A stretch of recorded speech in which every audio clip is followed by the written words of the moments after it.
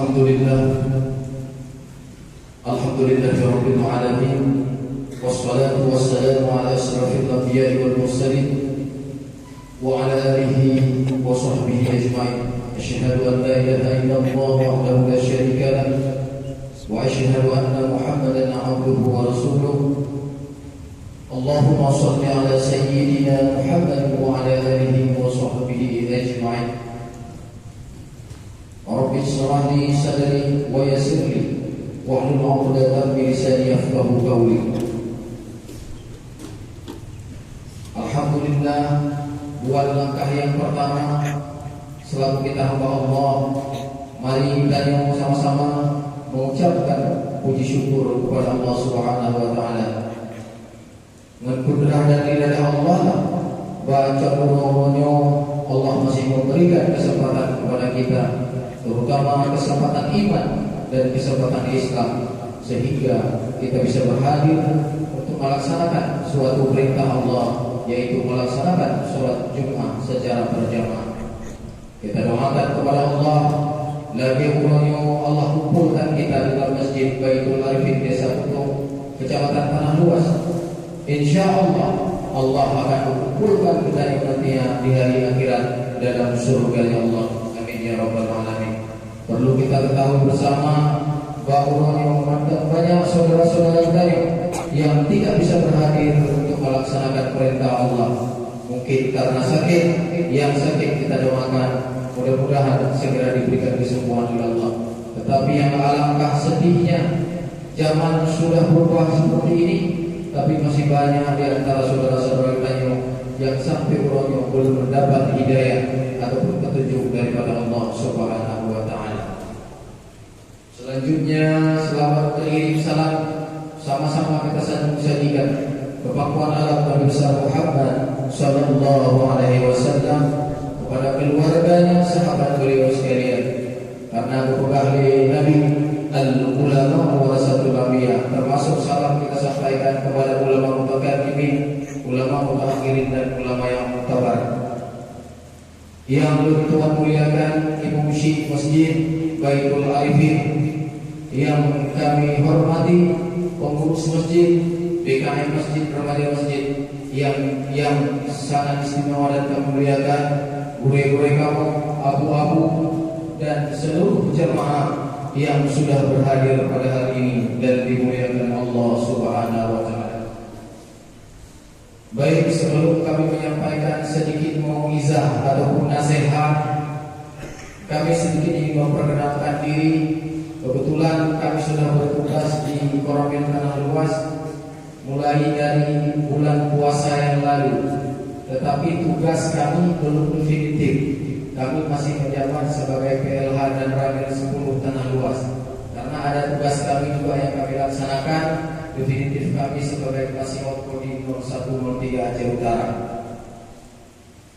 Mungkin perkenalan cukup sekian. Dan asal kami kebetulan dari Tanah Pasir, jadi tidak jauh. Tanah Luas, Tanah Pasir tidak jauh. Dan kami pernah dulu beralumni di Bustanul Arifin Simpang Damar, pimpinan Abu Ismail. Alhamdulillah, walaupun naik berian, insya Allah mudah-mudahan kita istiqomah dalam beribadah kepada Allah. Sebelum kami menyampaikan sedikit nasihat, kami ada titip pesan dari Bapak Dandim. Kebetulan Dandim sekarang ada program yang dilaksanakan oleh beliau dan insya Allah sudah berjalan. Hari ini kita ada melaksanakan kegiatan sampai hari ke-161, yaitu GSM, Gerakan Subuh Masjid. Tertuh 60 sabro kamu melaksanakan insya Allah sholat subuh berjamaah. Tertuh 60 sabro nyanyi bayangkan nyokon pencitraan kedaya PKU bapaknya nyemkon. Tapi ini yang perlu kita sampaikan, karena sekarang Kodim 0103 Aceh Utara di bawah pimpinan Dandim sekarang ada moto. Apa motonya? Mengiman dan tabasabuh kenangro, beriman dan bersinergi untuk negeri. Yaitu mustahil kita umat muslim, umat Islam akan kuat bisa bersatu kalau kita tidak didasari oleh iman. Iman kepada siapa? Yaitu iman kepada Allah Subhanahu wa taala. Dalam Al-Qur'an Allah sudah menyampaikan dalam surat Al-Imran ayat 102, ya ayyuhalladzina amanu taqullaha haqqa tuqatih wa la tamutunna illa wa antum muslimun. Hai orang-orang yang beriman, bertakwalah kamu kepada Allah dengan sebenar-benar takwa, dan janganlah kamu mati kecuali dalam keadaan muslim, dalam keadaan beriman. Kaum muslimin sidang salat Jumat yang dimuliakan Allah Subhanahu wa taala. Bertanya orang Aceh, belum Aceh. Bertanya rata-rata orang Aceh, kita harus bangga. Aceh ini dikenal dengan Serambi Mekah, dengan ibadah yang cukup luar biasa kuatnya. Tetapi alangkah sayangnya pada saat sekarang ini kita lihat di mana-mana. Beberapa hari yang lalu ada terjadi mungkin sudah kita nonton bersama di Masjid Kusum, Kota Amal dibongkar oleh orang yang tidak bertanggung jawab. Apa yang terjadi? Berarti moral kita di sini rata-rata sudah jauh daripada aturan Allah Subhanahu wa taala. Kaum muslimin sidang salat Jumat yang dimuliakan Allah Subhanahu wa taala. Di sini kami hanya ingin mengingatkan, yaitu bagaimana contoh di mana yang harus kita ambil kita sebagai muslim. Contoh kita cuma satu, yaitu baginda Rasulullah sallallahu alaihi wasallam. Berubah Nabi, man ahabbani kana ma'i fil jannah. Man ahabbani kana ma'i fil jannah. Barang siapa yang sayang, yang rindu, yang cinta kepadaku, kata Rasulullah, insyaallah nantinya di akhirat bersamaku dalam surga. Bedanya manung muslim tak pegah cinta kepada Rasulullah, tapi kebanyakan di antara kita keluar dari jalur sunnah-sunnah yang dianjurkan oleh baginda Rasulullah SAW. Kita lihat sekarang anak-anak muda kita apa yang dilakukan di sana. Alhamdulillah, saya termasuk berbangga bermasuk ke tanah luas, karena salah satu tanah luas itu tempat hiburan. Yang sabodo, Allah memberikan yang terbaik, tanah luas tidak ada tempat hiburan. Mengira tempat hiburan di Nohe. Kami pernah masuk ke lapas yang ada di Lusmawe. Kalau kita tanya kasusnya yang ada di sana, 30 roh katanya Mbak 7 roh kasus narkoba. Dari situ roh boh animin, boh urisi, boh agam, boh inam. Dari 10 orang 7 roh kasus narkoba. Luar biasa. Aceh dikenal tempat peredaran narkoba ganja paling besar. Tetapi sebenarnya di Aceh ini tempat negeri para syuhada, negeri para ulama. Sebenarnya itu yang harus kita terapkan kepada anak-anak kita. Jangan sampai kita terlena. Jadi contoh teladan yang harus kita ikuti dalam surat Al-Ahzab dan surat ayat 21, Allah berpesan kepada kita, laqad kana lakum fi rasulillahi uswatun hasanah. Sudah ada contoh teladan yang baik pada Rasulullah. Jadi menyambutnya umur Islam beda contoh mulai. Contoh mulai Mbak Nabi contoh. Nabi manusia maksum yang sudah dijamin oleh Allah masuk surga. Menyambutnya hanya saja bilang, mutido dan hari ini. Jangan kita berbicara, oh saya orang paling takwa, saya paling kuat ibadahnya, paling banyak tahajudnya. Belum. Rasulullah yang sudah dijamin oleh Allah, tapi Rasulullah begitu hebatnya melaksanakan ibadah kepada Allah. Itu sebenarnya yang harus kita contoh. Karena moral-moral anak-anak sekarang rata-rata sudah jauh dari koridornya, aturannya Islam yang dianjurkan dan ditentukan oleh Allah melalui hukum syariat Allah Subhanahu wa taala. Kaum muslimin sidang salat Jumat yang dimuliakan Allah. Jadi sifat Nabi itu yang perlu kita contoh. Dari mana sifat Nabi-nya yang tengok-tengok yang kelihatan kagu menyahana hukum kita yang itu juga 50 nya ibadahnya hanya 5 nya dia budak juga, tapi ibadahnya hanya itu juga itu ke 50. Tetapi menyebab kita nyoba anak-anak pesantren, insyaallah butuh gampang. Tapi yang tanya apa elemen umum, katanya rukun sembahyang ada. Lihatlah rukun sembahyang hari itu masuk. Mau balik-balik. Coba kau bayangkan, ketika 50. Itu salah satunya ada di sifat Nabi. Yaitu yang pertama sifat Nabi apa? Siddiq. Betul, benar. Rasulullah SAW tidak pernah berbohong, kizib. Lawan siddiq, kizib. Benar, lawannya bohong atau berdusta. Rasulullah tidak pernah berdusta. Pada suatu hari Rasulullah sedang duduk dengan para sahabatnya. Apa disampaikan Rasulullah? Wahai sahabatku, saya rindu dengan saudara-saudaraku. Sahabat otomatis terkejut. Ya Rasulullah, siapa saudara-saudaraku? Kami kan sahabat-sahabatmu yang berada selalu bersama. Rasulullah tetap mengatakan, ya sahabatku, kalian memang saudara-saudaraku dan sahabatku, tetapi saya tetap rindu kepada saudara-saudaraku. Siapa saudara-saudaranya? Ya itu yang disampaikan oleh Rasulullah, yaitu manusia yang tidak hidup bersama Rasulullah, yang tidak pernah melihat wajah Rasulullah, tetapi dia taat akan anjuran, akan sunnah-sunnahnya Rasulullah. Siapa kita? Kita dirindukan oleh Rasulullah. Jino pada selalu baju daerah kota kayak begal macam ini begal. Apa hebatnya ilmu kita sekarang? Ada di antara kita yang menyampaikan jadi kita sembahyang kamu selalu ada apa?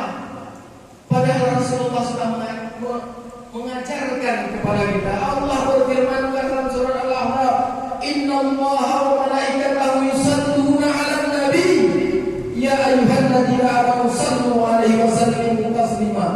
Ketahuilah, Allah dan malaikat tetap berselawat kepada Nabi. Makanya kita dianjurkan berselawat kepada Rasulullah. Kita ta'zim kepada Rasulullah. Kita tidak pernah mengenal Rasulullah SAW. Nanti di bawah aras, di bawah hari hisab yang dilakukan oleh Allah Subhanahu wa taala, hanya Rasulullah yang akan mencari umatnya. Kita lihat bagaimana waktu ajal Rasulullah. Rasulullah ingat sama kita. Makanya yang perlu kita terapkan dalam diri kita yaitu sifat benar kita. Siddiq kita harus ada. Salah satunya sekarang contoh, mungkin mohon maaf kalau kita sebagai orang media bukan berita-berita yang membawa, berita-berita yang memudaratkan orang lain, tapi sampaikanlah yang benar. Hikmah pada menjaga pegang, tapi betul. Karena kenapa kita lihat kisah waktu Nabi Ibrahim alaihissalam dibakar oleh Raja Namrud. Di mana kita berpihak? Waktu itu ada seekor burung pipit dan cicak pelaku binatang yang dua. Burung pipit membawa air dengan paruhnya yang begitu kecil. Itiat lamapun dicecak, dihembus, ditiup. Apa disampaikan oleh cicak? Hai cicakku, abgaga dinat bunda paruhka, kau pikir bisa mematikan, memadamkan api yang membakar Nabi Ibrahim? Dengan jawaban yang bijaksana disampaikan oleh burung pipit, memang dengan air yang saya bawa ini, mana ia yang membawa mungkin lebih apinya. Tetapi nanti di akhirat makhluk-makhluk Allah akan bersaksi bahwa saya berada di pihak mana, kata burung pipit. Setidaknya kita Islam jelas. Islam itu yaitu yang pertama mengucapkan dengan lisan, dengan lidah kita. Kemudian yang kedua mengikrarkan dengan hati, ku yakin itu ada. Kemudian yang selanjutnya yaitu melaksanakan dengan anggota badan. Yang Islam, nyo kadang di antara kita nyo kapegah A, laksanakan B, ino kapegah A, terus gede kapegah B. Sidang kasor termasuk belum, termasuk kita semua. Karena Allah akan menguji kita di sini. Islam, orang Islam tempatnya di sini, di masjid. Disinilah tempat kita berkeluh besar kepada Allah Subhanahu wa taala. Yang punya masjid hantam saja, punya ibu Allah orang kami bola. Piala dunia kami. Yang kadang-kadang di keributan Piala Dunia.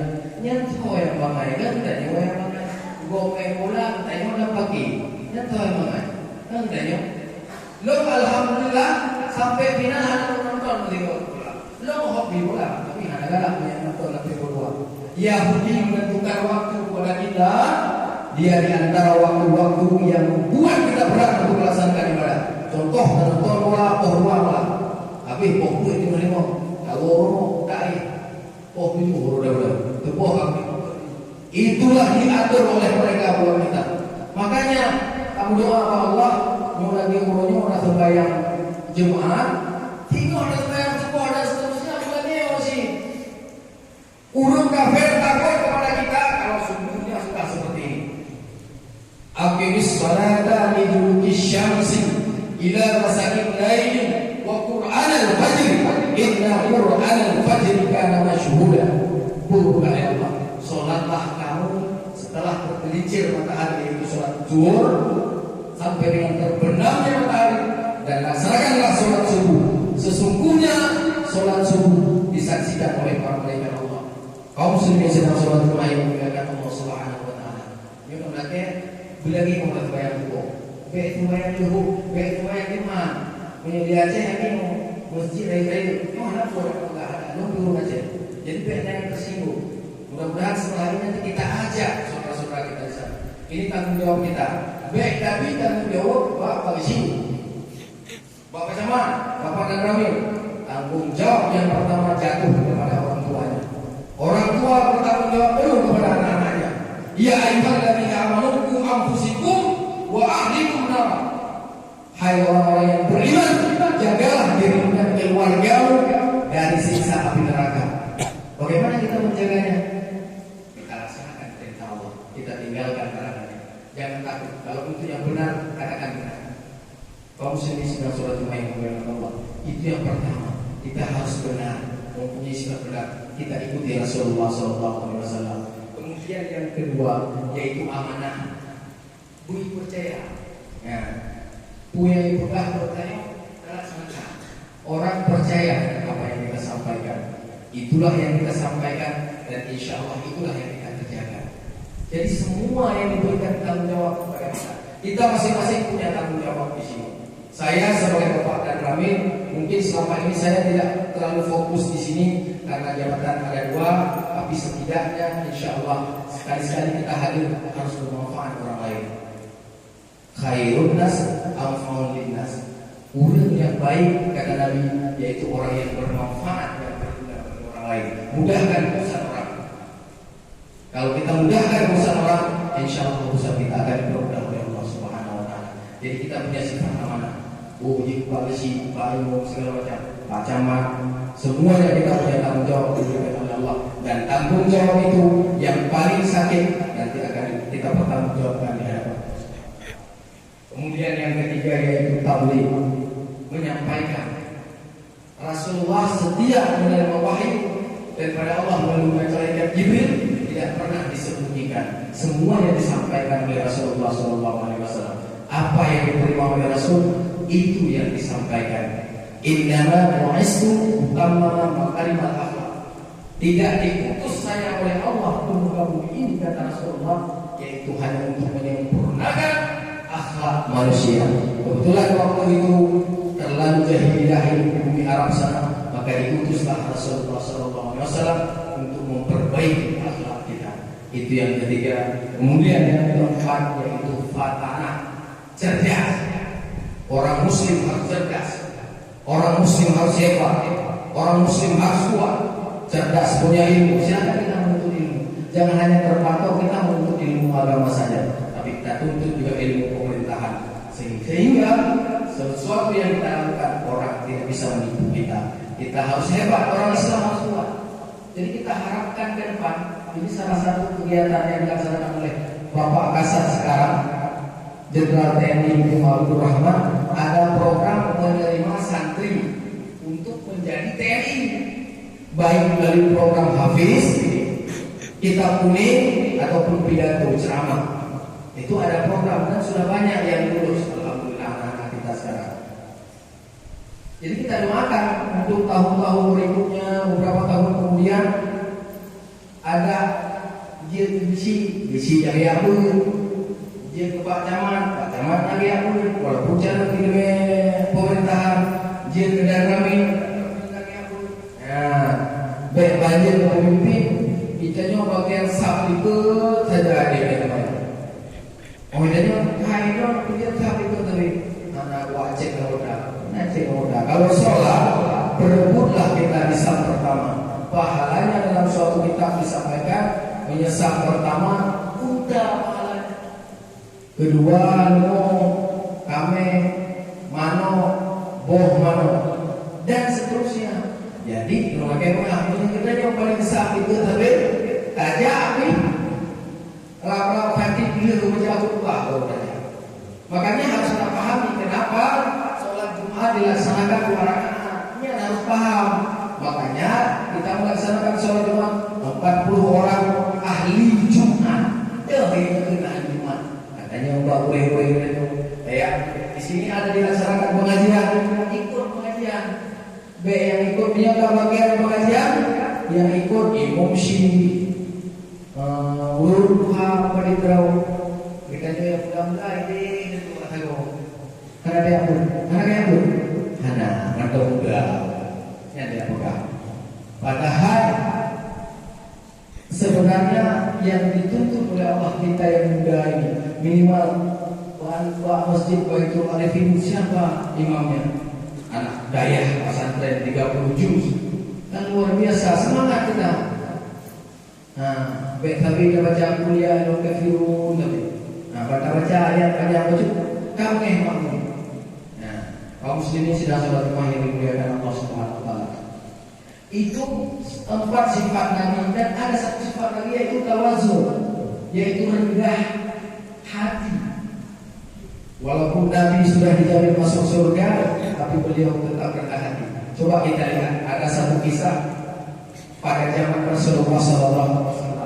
Kebetulan di Madinah Al-Munawwarah, yaitu di suatu pasar. Setiap hari Rasulullah selalu melewati pasar tersebut, lorong tersebut, dan nahino pengemis buta. Ya, pengemis buta itu orang Yahudi. Tapi apa yang dilakukan oleh Rasulullah SAW? Tiap pulau lewat, tiap pulau untuk yang pengemis Yahudi buta tersebut. Tetapi pengemis Yahudi buta apa yang disampaikan? Asal ada orang lewat dia asik ngomong aja. Juga ada yang muda. Pokoknya jangan percaya dengan Muhammad sallallahu alaihi Muhammad. Itu seorang orang gila, itu penyihir, itu pembohong. Timurnya disampaikan yang muda. Rasulullah mendengarkan apa yang disampaikan oleh beliau. Tetapi Rasulullah karena akhlak beliau luar biasa, tetap memberi makan dan seterusnya. Sehingga suatu saat beliau wafat, Rasulullah wafat. Siapa yang menggantikan tersebut? Pengemis buta itu menunggu kok nggak ada lagi. Jangan dia berlewat.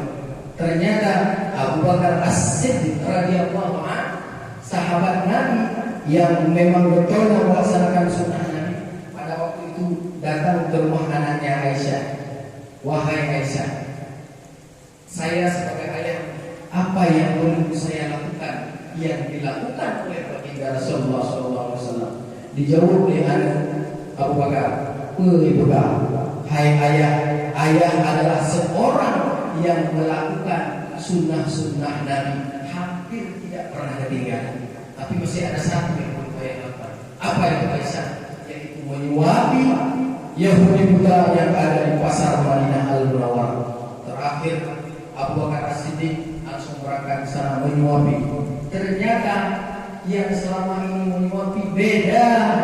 Jadi Yahudi butanya kalau itu suapi, perasaan Yahudi butanya lain, bukan jaro yang biasa. Sampai dibilang, siapa kamu?